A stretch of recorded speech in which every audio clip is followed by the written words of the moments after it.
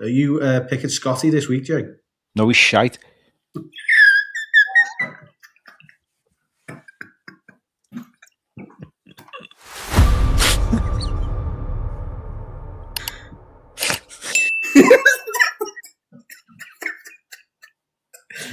You can't have that as a hook. He is in the first 2 rounds. He's shit. He didn't win again, did he? Bloody no, he rubbish. did not win again. He only came. He should have won. He was a clubhouse leader, but he should have won. No good. Scottie Scheffler. Rubbish. He only ever finishes. He's like Sammy Valimaki this season. Guaranteed a great finish. Getting going too late, like Rory. He is. Yeah. What like a young Rory McIlroy. No, we jest. He is absolute levels, isn't he? Yeah, he's class. It's a juggernaut. It's brilliant. I mean, I don't understand what's going on. First couple of rounds, he just doesn't. It's like he's not bothered, and then he just goes, "Yeah, I need to go." Bang, and he just goes. This game, yeah, it's like Ronnie O'Sullivan. He might start playing left-handed soon. Yeah. Just like he just can't be asked. Give him a bit of a head start, and then off he goes. Make it funny story about ambidextrousness. I said to some fella, I was at a gig the other night, and he said to some fella, "Do you know where the toilets are?" He was like, "No, you can just go in any of them, mate. They're ambidextrous." He obviously meant unisex. No matter what hand you hold it in. What hand you hold your fanny in either, I suppose. It's creating editing for me. You can't have that in. Of course you can.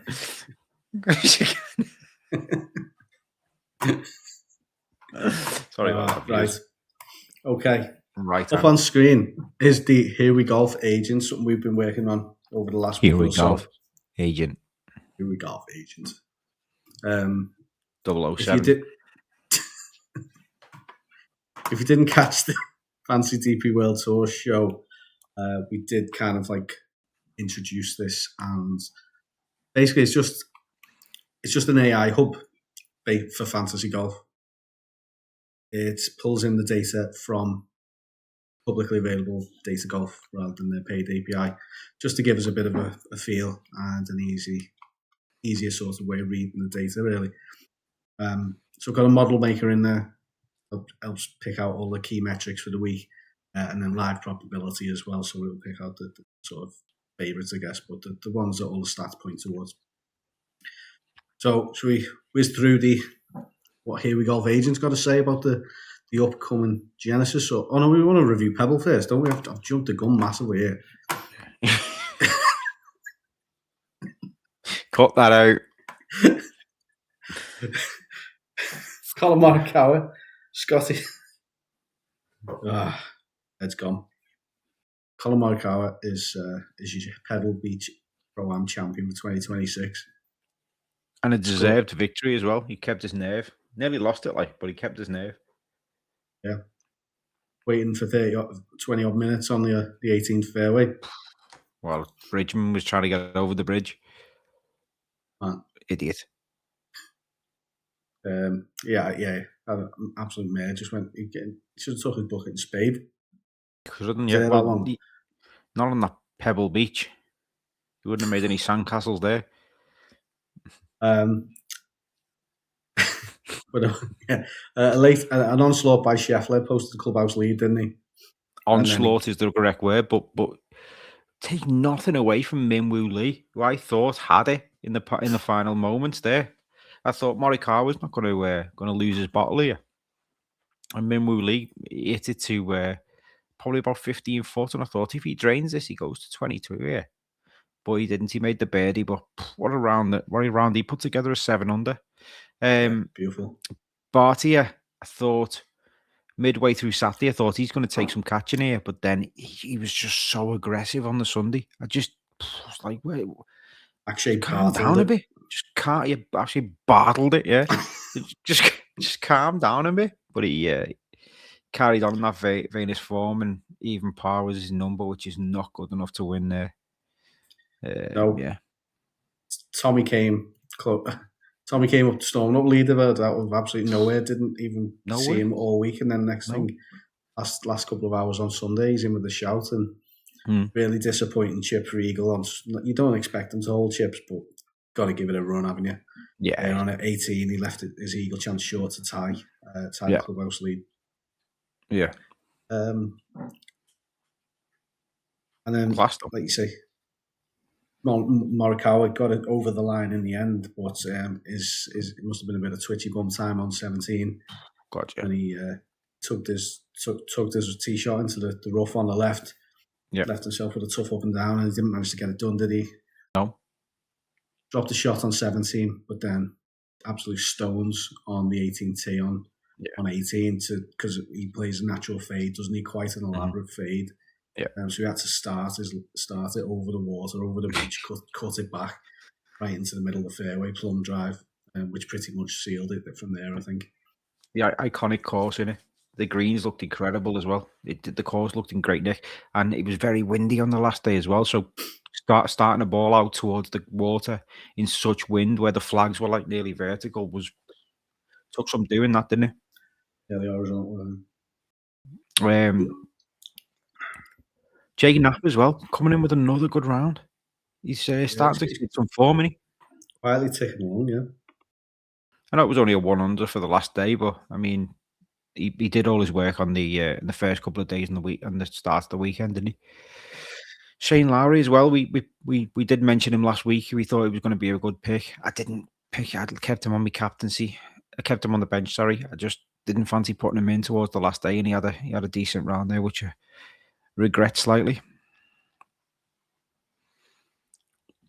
I pull our fantasy performers up. Yeah. There he is. Absolute useless biff in both teams. Scottie Scheffler. Yeah, useless. Fourth. Yeah. Both captained him. Yeah. As we did the rest of the game, probably. Yeah. Gotti nowhere to be seen. Did you not have Gotti, no? I didn't pick Gotti, no. I went for Scottie, Rory, Fitzy, and Mackie. Which Bobby. Is a very, very good team. Except Mackie. Yeah, disappointing finish for him. I think you jinxed it last week. I did. I made a bit of a case for him. He never really got going. It's not a terrible finish, but it's just a bit middle of the road, not to shout, not to write home about is what I'm trying to say.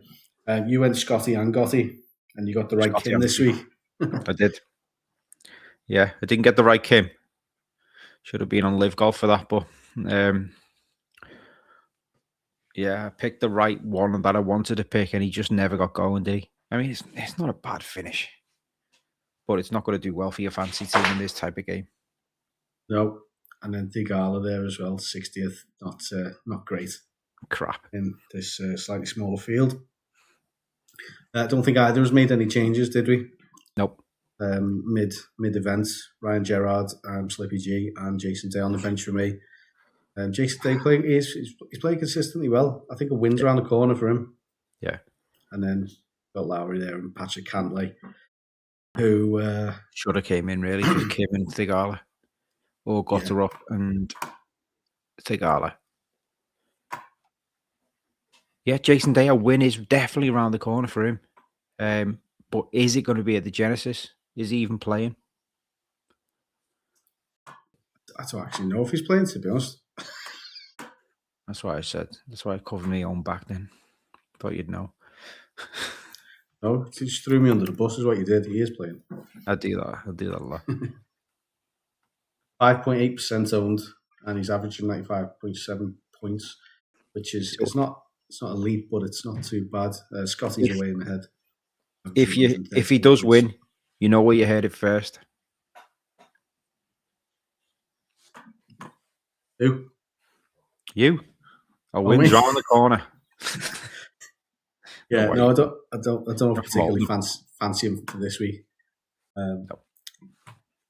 But yeah, we've got to talk strategy on this one.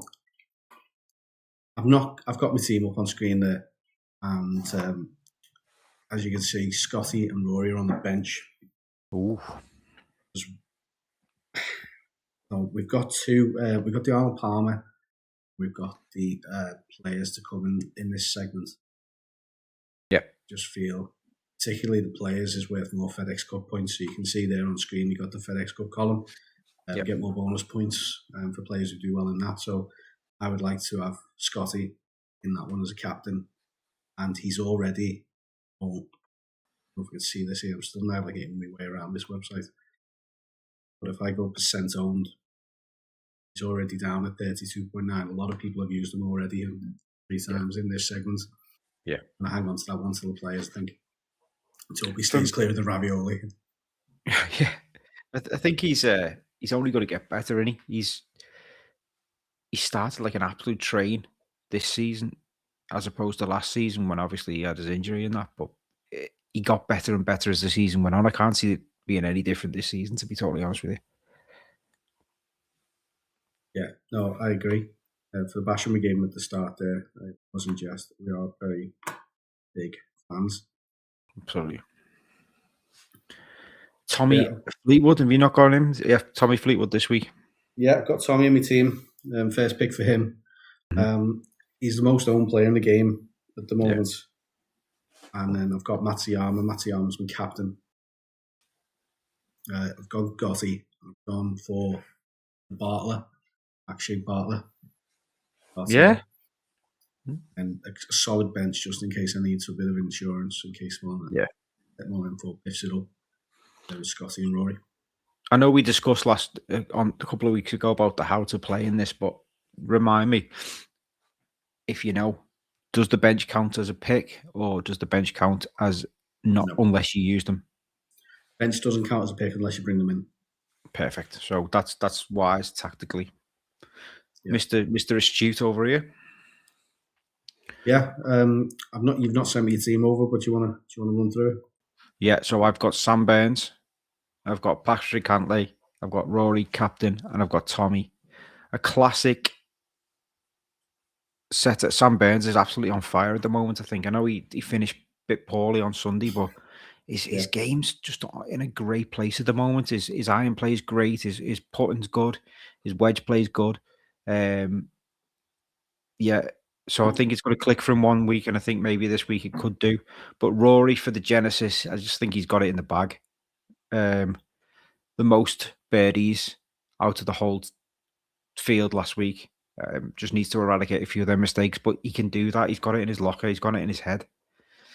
Tommy. If you haven't seen those mistakes, we put a couple of YouTube shorts out. Thin into the bunker. He does feel much more... bit more normal. Normal, yeah. Give us all a bit of hope. I've got Cam Young and Henley on the bench. Scottie may go on the bench, but I don't really want to use him at all this week. So I want to sort of get rid of the temptation to use him and keep him for the players. I think that's the best tactical shout to use, as I've used him twice already. Yeah, and the thing is, looking at the ownership that he's down to 32, I think he's going to be down again to next to nothing. But it looks like everyone's gone pretty much heavy on him. So if he does go and win, I think if you're a player of the PGA fantasy game, you want to get off to a good start, don't you? You don't want to be like me and not enter a team for the first week by accident. I just don't think I pressed save. But that's our mini league. But we only started at the Farmers, didn't we? So we're out of it anyway. We're just doing it for a bit of fun, really. See how we get on week to week. Yeah. We run through the Here We Golf Agents model maker then as we're moving on to the Genesis and have a little chat about how this compares. So we picked our teams there basically based on our own opinions and thoughts and feelings and that. And this is the Here We Golf Agents based on Data Golf public data. Let's see what it suggested. So it's regarded as a pure ball striking test. It's the third highest predictability for course history on Tommy, and course horses are more relevant here than almost any other venue. Yeah. Key metrics to look out for then. So shots gains on approach, massive weight for that. Small tiered greens, dead on iron play. Shots gains off the tee, so both length and accuracy. There's a couple of long par fours. Kikuyu grass is particularly punishing in the rough, so you want to avoid it if you can. Course history has got a big factor. That power and your bumpy putting surface as well, and play havoc if you're not used to it. Mm-hmm. Want to go through what that means for the picks? Yeah, I do. So obviously, I mean, it doesn't take an AI to tell you who's the favourite for this week, and it's Mr. Scottie Scheffler. His stats, obviously, strokes gained, tee to green, is off the scale compared to anyone else. He's got good history at Riviera, and yeah, top ranked in strokes gained, approach, and off the tee.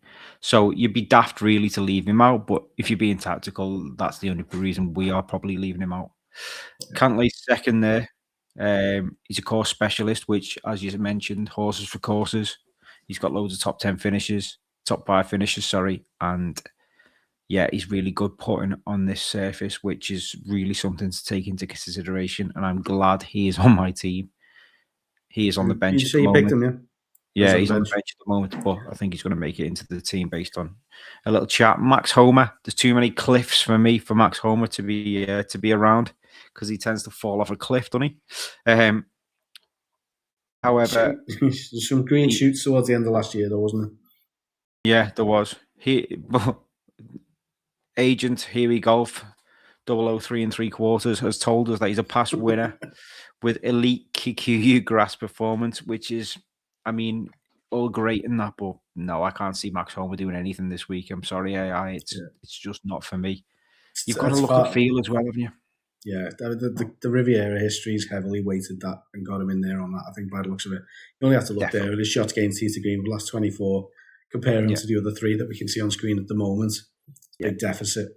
I don't know whether that's because, as I say, it was only towards the end of the last season we really started to see him recover, so there might still be a bit of that old bad form in that calculation. Maybe if you saw shots gained tee to green the last 12, we might see something different. Yeah, that's a bit of a stretch for me to be considering, but it'd be interesting to see how he gets on. Absolutely. Then we've got Collin, who is average on both fronts there. Iron specialist, which, yeah, it works. The model works. However, is he going to be hungover for a start? Has he got the bottle to do it again? Go back to back? It's very, very statistically unlikely that you're going to go back to back on the PGA Tour. Not one for me this week, but I can see why you would pick him if you did. Oberg, for me, yeah, he's high strokes gained off the tee, but who isn't really in the PGA Tour? He's not playing well enough for me to go with a pick for him.